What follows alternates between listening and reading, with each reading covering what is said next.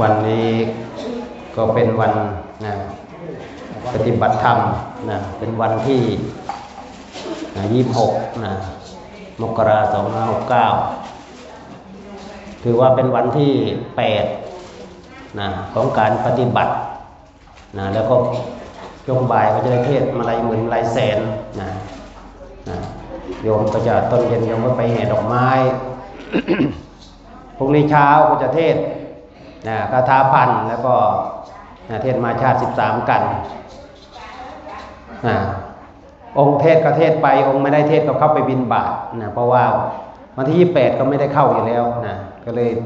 ให้เข้าไปบิณฑบาตตามปกติทางวัดไม่ได้ทำกับข้าวไม่ได้ทำโรงครัว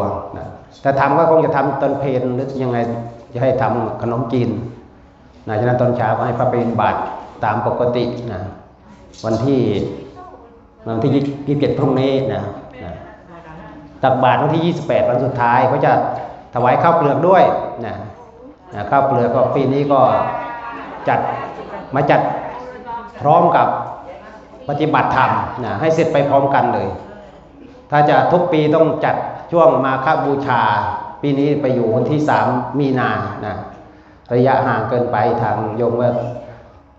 อยากทำให้เสร็จก็ถือว่าครั้งเดียวโยมคนไหนที่ชื่อตกหล่นบางทีมาวันแรกๆนี่ไม่ได้ลงให้ก็มาแจ้งได้เพราะว่าไม่ได้เตรียมเพิ่งมาเริ่มจดวันที่2บางคนก็ย้อนหลังให้ได้แต่บางคนไม่รู้ว่ามีใครบ้างเอามาแล้วก็ไม่ได้มาแจ้งอันนี้ก็ให้มาแจ้งด้วยจะได้เพิ่มเติมเพื่อเสร็จยังไงก็จะให้ผู้ใหญ่ได้ประชาสัมพันธ์ให้แจ้งอีกครั้งหนึ่งเพราะว่าของเรานั้นต้องการความชัดเจนมีแค่ไหนก็แค่นั้นโยมมีนิดหน่อยก็มาสมทบไม่จำเป็นต้องกระสอบหนึ่งก็ได้บางคนไม่สะดวกเอาปัจจัยมาถวายสมทบไปก็เสร็จเหมือนกันเพราะว่าปีหนึ่งเราทำครั้งหนึ่งทำประจำปีไม่ได้ทำใหญ่โตทำแบบเล็กๆแต่เล็กๆเนี่ยเราทำทุกปีมันก็ดีกว่าไม่ทำถ้ารอให้คนเยอะจึงทำบางทีมันไม่ได้ยิ่งปัจจุบันนี้ญาติโยมคงจะเห็นว่าหลายๆอย่างมันไม่สะดวกมันแต่ก่อนฉะนั้นเราทำแบบเรียบง่ายเนี่ยประเพณีเราก็ยังรักษาอยู่โดยพระเทศมหาชาติเราเอาแบบเรียบง่ายก็ง่ายทำให้ยากก็ยากฉะนั้นในเมื่อหลายๆอย่างมันเปลี่ยนเร็วโยมก็มีภาระหน้าที่ส่วนตัวด้วยไม่สะดวกที่จะมาทุกวันไม่สะดวกที่จะมาอยู่ตลอดเราก็แบ่งเวลาเอาคนไหนว่างก็มาคนไหนไม่ว่างก็ไม่เป็นไรเราก็ทำตามปกติถึงวันก็เสร็จปีนี้ว่าจะมอบทุนให้เด็กของโรงเรียนบ้านเราด้วยประมาณ22คนก็ว่าตอนเช้าที่28ประสานงานทางโรงเรียนให้พาเด็กมารับถ้ามาถึงก่อนก็จะให้รับก่อนเลยก่อนพิธีเริ่มประมาณ7 โมงเช้าเด็กมาก่อนก็ได้มาจัดก่อน7 โมงก็ได้แป๊บเดียวแจกขึ้นแป๊บเดียวเด็กก็จะได้ไปโรงเรียนตามปกติไม่ต้องเสียเวลาไม่ต้องขาดเรียนส่วนพิธีก็คงจะทำไปเรื่อยๆตอนเช้าก็คงจะ2 โมงกว่าก็น่าจะเสร็จอันนี้คือกำหนดการคร่าวๆฉะนั้นในแต่ละปีเราก็พยายามพัฒนาไปเรื่อยๆบางอย่างที่มันพอพัฒนาปรับปรุงได้บางอย่างเราสมควรอนุรักษ์ไว้ตัวไหนที่พอทำได้เพราะว่างานประเพณีบางอย่างเราจะไปเอาแบบเต็มร้อยเมื่อแต่ก่อนมันไม่ได้สภาพกำลังหรือชุมชนต่างๆบุคลากรมันน้อยไม่เหมือนแต่ก่อนสภาพเศรษฐกิจสังคมต่างๆก็ไม่เหมือนเดิมต้องพยายามทำให้มันกระชับขึ้นให้มันสั้นขึ้นบางอย่างแต่ว่าปฏิบัติธรรมนี่ประมาณนี้ก็ถือว่าลงตัวประมาณอาทิตย์หนึ่งเราจะมีเทศมาชาติเข้ามาแล้วจะมีทำบุญอุทิศอดีตเจ้าวาดแล้วก็อุทิศส่วนบุญส่วนให้แก่ญาติโยมที่ร่วมสร้างวัดมาจะได้อานิสงส์ด้วยเพราะว่าการเราทำครั้งเดียวนี่เราก็ต้องแบ่งให้ได้หลายๆส่วนหลายประเภทมันจะได้ประโยชน์หลายอย่างแล้วก็ทำบุญเข้าเปลือกพร้อมไปในตัวเลยถือว่ามีหลายงานงานครั้งเดียวเราทำได้หลายๆอย่างเหนื่อยครั้งเดียวก็จะเป็นเหนื่อยอีกโน่น นะงานกฐินนะต้นปีกับปลายปีแค่นั้นวัดเราจะมีประมาณนี้ เพราะว่าช่วงนะหลายๆช่วงก็ไม่ได้มีกิจกรรมอะไรที่เป็นภาระจนเกินไป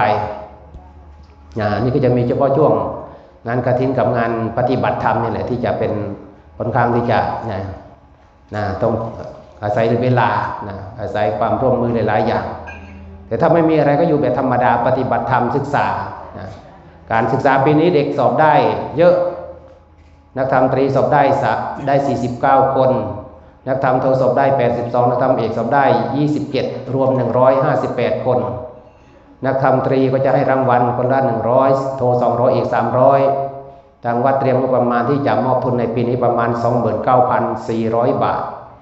เกือบ 30,000ก็ถือว่าเยอะอยู่เราให้กำลังใจพวกเด็ก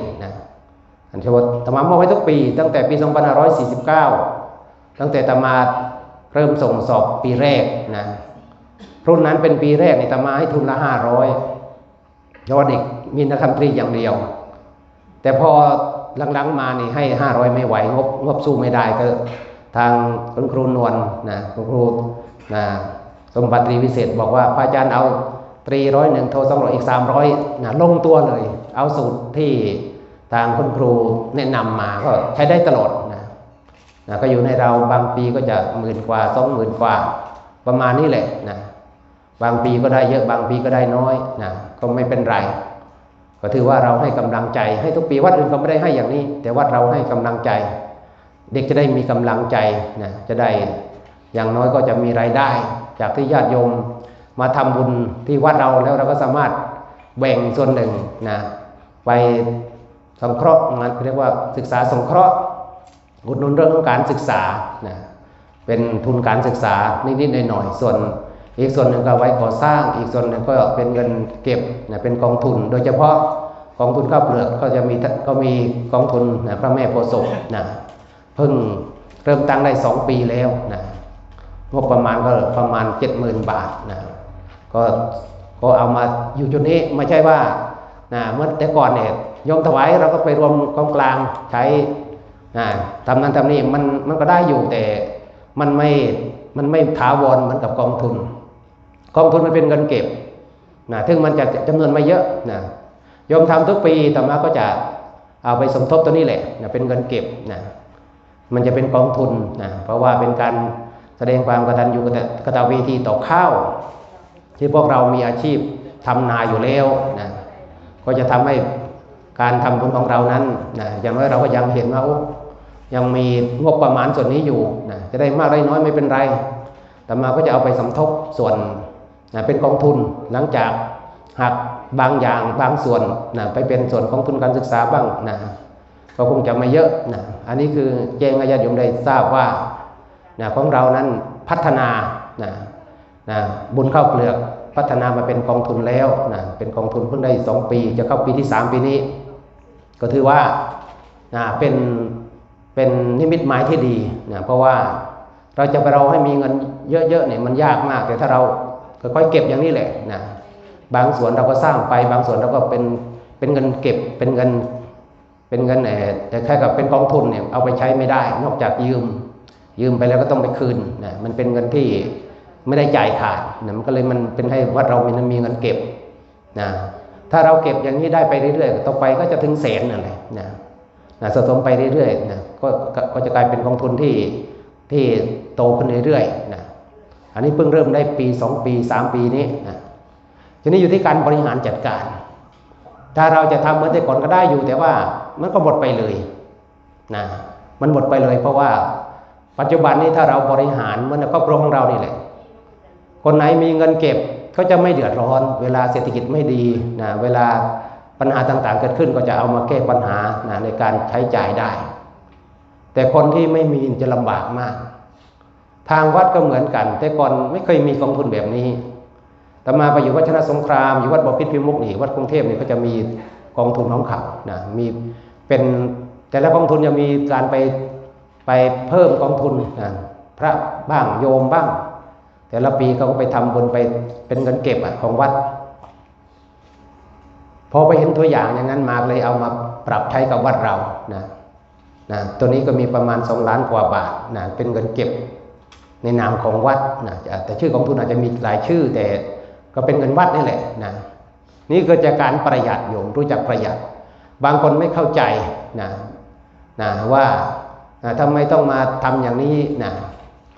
เพราะว่าโยมไม่ได้อยู่จุดนี้ไม่รู้นะโดยเฉพาะค่าไฟค่าต่างๆมันต้องจ่ายตลอดนะฉะนั้นการบริหารเราก็ต้องบริหารให้มันลงตัวส่วนไหนส่วนเก็บส่วนไหนส่วนสร้างส่วนไหนที่จะต้องใช้จ่ายประจำนะประจำเดือนแต่ละเดือนก็จะมีค่าใช้จ่ายประจำฉะนั้นถ้าเราบริหารลงตัวเนี่ยมันจะไม่เดือดร้อนเหมือนกับสร้างเมนปีที่แล้วนะงบไม่มีแต่เราเอาเงินกลางมาสำรองจ่ายก่อนพอเงินกฐินก็มาเราก็หักให้กองทุนคืน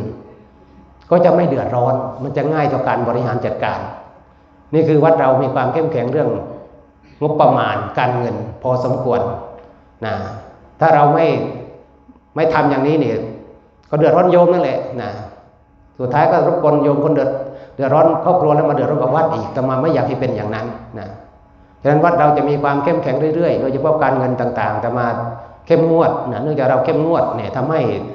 เงินมันไม่กระจายนะเราควบคุมเงินได้นะอาศัยพวกกรรมการช่วยดูแลนั่นแหละนะการเงินพวกวิทยาวัจกรนั่นแหละนะฉะนั้นญาติโยมสบายใจนะว่าถึงจะ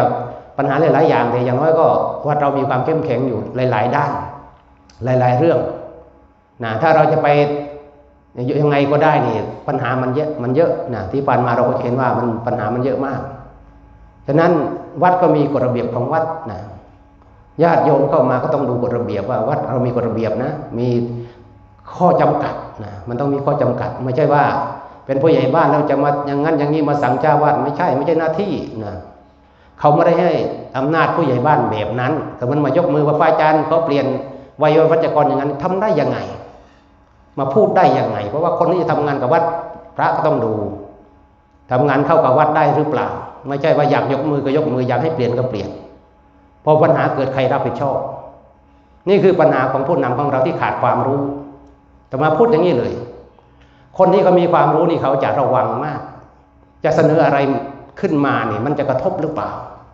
คนกระทบคือธรรมาโดยตรงเพราะว่ากฎหมายมันหลีกเลี่ยงไม่ได้เพราะผู้นำนี่เขาเสนอได้แต่ธรรมาจะเอาไม่เอามีที่ตัวธรรมาเพราะว่าธรรมาก็ต้องดูคนที่ทำงานด้วยกันนะว่าต้องเข้าใจทางวัดด้วยว่าธรรมาทำงานแบบไหนนะต้องรู้นะถ้าไม่รู้นี่ปัญหาเกิดขึ้นทันทีนะจะมาให้ธรรมาตามโยมทุกอย่างบางทีมันไม่ได้นะเพราะเรามีจำกัดในเรื่องของหลายๆอย่างตัวนี้แหละนะไม่เหมือนหลวงพ่อหลวงตาแต่ก่อนนะอันนั้นท่านไม่มีความรู้อะไรมากอันนั้นก็อีกเรื่องหนึ่งแต่ของธรรมาไม่ใช่นะบางอย่างเรามีหลักวิชาการหลักความรู้หลักธรรมที่ได้เรียนมานั่นแหละมันมีกฎระเบียบหลายๆอย่างที่ห้ามไว้ถ้าตามโยมก็เสียเพราะวันก่อนเรามาดูในเฟซนั่นแหละนะ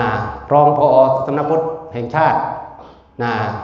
นายบุญเชิดนะประโยค 9ก็อยู่วัฒนะด้วยกันก็เขียนไว้หลายอย่างเหมือนกันเกี่ยวกับกรรมการวัดนั่นแหละนะตั้งมาแล้วใหญ่กว่าเจ้าวาดไม่ฟังเจ้าวาดปัญหาเกิดขึ้นอีกไม่ใช่ไม่มีนะมีนะฉะนั้นบางอย่างเราก็ต้องดูด้วยนะถ้าคนมีความรู้เข้าใจว่าวัดเจ้าวาดก็มีหน้าที่ตามกฎหมายเป็นนิติบุคคลทางผู้นำจะมาก้าวไก่ไม่ได้เลยบริหารไม่ได้ถ้าเจ้าวาดสั่งงานทำนั้นทำนี่นี่ได้อยู่มอบหมายงานต้องมอบหมายจากเจ้าวาดแต่ไม่ได้มามอบหมายมาอย่างนั้นอย่างนี้เนี่ยสร้างปัญหาวัดเนี่ยกลายเป็นปัญหาทันทีนะคือไม่ใช่หน้าที่นะไม่ใช่หน้าที่ฉะนั้นต้องใช้เวลาแต่บุษมานี่เขารู้แล้วเพราะเขามีประสบการณ์แต่ก่อนก็ไม่รู้เหมือนกันโน่นเนี่ยแต่มาพาขึ้นศาลนั่นแหละนะศาลเขาให้เอาเงินวัดมาคืนเจ้าวาดเพราะใหญ่จะไปถือไม่ได้ผิดกฎหมายนะกฎหมายเขาไม่ได้อนุญาตให้ผู้ใหญ่ไปถือเงินวัดนะไม่มีนะไม่มีอำนาจนะไม่มีหน้าที่นะฉะนั้นถ้ารู้แล้วก็จะเข้าใจมุสลิมนี่เขาจะเข้าใจอยู่เพราะว่าเคยมีปัญหาเพราะว่าแต่ก่อนไม่รู้เหมือนกันพอรู้แล้วปุ๊บเขาจะรู้แล้วเรื่องทางวัดเขาจะจัดการไปเขาจะไม่มายุ่งคือเป็นหน้าที่ของใครของมันแต่ถ้าคนไม่รู้ก็ไอ้ความไม่รู้นี่แหละมันยากตรงที่ไม่รู้นี่แหละไม่รู้แล้วอดฉลาดนี่ด้วยนะอันนี้คือเป็นปัญหาที่แก้ยากมากเลยเพราะผู้น ผิดแต่ไม่รู้ว่าตัวผิดนะมองไม่เห็นอยู่บางทีคนเรามีอำนาจเนี่ยมันทำให้หลงนะหลงแล้วบางทีผิดถูกไม่รู้บุญบาปยังไงไม่รู้อันนี้เป็นสิ่งที่เราต้องรู้ด้วยดังนั้นเขาพาไปตรงนรกก็จะไปตกนรกตามเขาฉะนั้นเราต้องรู้ด้วยว่าผู้นำนี่มีศีลมีธรรมหรือเปล่าอยู่ในศีลในธรรมหรือเปล่าหรือว่าผิดศีลผิดธรรมหรือเปล่าถ้าถูกศีลอยู่ในศีลมันคุยกันได้นะเพราะว่ามันไปแนวเดียวกันแต่เมื่อใดก็ตามผู้นำที่ไม่มีศีลไม่มีธรรมนี่มันจะขวางกันทันทีเลยกับทางวัดนี่ไปด้วยกันไม่ได้หาเรื่องอย่างนั้นอย่างนี้นะนี่คือสิ่งที่ญาติโยมต้องรู้ฉะนั้นบางทีอาตมาพูดอย่างนี้โยมก็จะได้รู้ว่าโอ้มันเป็นอย่างนี้บางอย่างมันมีความจำกัดอยู่นะถ้าอาตมาตามไปผิดมาอาตมาเสียหนักกว่าโยมอีกนะเอาบวชมาแล้วทำไมไม่รู้อีกทำไมจะไปอย่างนั้นอย่างนี้อีกกลายเป็นอาตมาเสียอีกฉะนั้นบางอย่างอาตมาก็ต้องกรองก่อนบางอย่างต้องกรองก่อนนะถ้ากรองแล้วมันดีงามอาตมาก็ไม่ได้ว่านะบางอย่างความคิดโยมดีๆก็มีเยอะนะส่วนที่ไม่ดีอาตมาก็จะไม่เอานะญาติโยมเข้าใจว่ามันต้องเป็นอย่างนั้นนะสำหรับปัจจัยที่ญาติโยมได้มาร่วมทำบุญในวันนี้นะ 3,510 บาทนะสุดท้ายนี้บุญกุศลที่ญาติโยมได้ตั้งใจกันมาร่วมทำในวันนี้จงรวมกันเป็นตบะเดชะพลวะปัจจัยส่งไปให้ดวงวิญญาณของบรรพบุรุษครูบาอาจารย์ทั้งหลายครูอาจารย์ทั้งหลายปู่ย่าตายายทั้งหลายวิญญาณบรรพบุรุษทั้งหลายเทวดารักษาสัตว์ทั้งหลายโพธิสัตว์ทั้งหลายพรหมยักษ์ทั้งหลายได้อนุโมทนาในบุญกุศลครั้งนี้บุญกุศลที่ได้ทำในครั้งนี้จงย้อนกลับไปหาญาติโยมทุกท่านทุกคนจงประสบความสุขความเจริญปรารถนาสิ่งหนึ่งประการใดที่เป็นไปด้วยชอบประกอบด้วยธรรมขอให้ความปรารถนานั้นจงประสบสำเร็จด้วยกันทุกท่านทุกคนเทอญ